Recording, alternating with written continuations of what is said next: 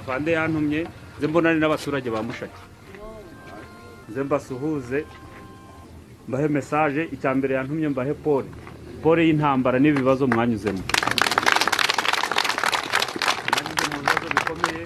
mwanyuze mu bibazo by'amacakubiri muciye mu bihe bikomeye cyane nk'ibyo mu Rwanda bashyemo muri 1994 rero yambye icyambere nze mbahe pole ariko anantuma ko ibyo mwanyuzemo bitazongera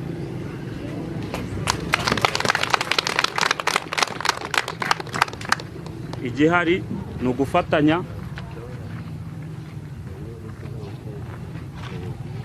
ni ugufatanya tukareba ukuntu uyu mwanzi kuko amacakubiri ntaho yageza abantu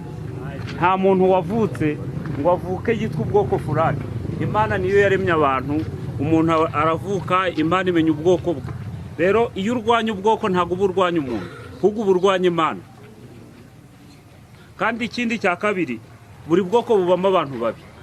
rero umuntu yabaye mu bwoko akaba afite ari mubi aba ari individu aba ari umuntu ku giti cye ariko niba umuntu azakora ikosa ari umwe rya kosa rikitirirwa ubwoko bwose icyo gihe uzaburwanya Imana igihari rero tugomba gufatanya imasisi ni wacu twese turabana b'imasisi tugomba gufatanya abantu bakareka ivangura abantu bazana amacakubiri tuzabarwanya tumaze imyaka 5 mu parike yitwa Sabyinyo hariya muri parike twamaze imyaka 5 nta cyadukanga rero kubona twaramaze imyaka 5 mu birunga nta zuba ari imvura nta bundi buzima buhari icyo cyose twabayeho kugira turebe ukuntu tuzarengera bene wacu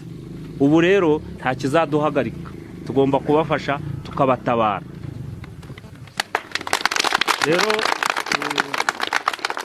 message ya fande message ya General Makenga ni message nebyiri nuko buri muntu wese agomba kubana nundi nta ubangamiye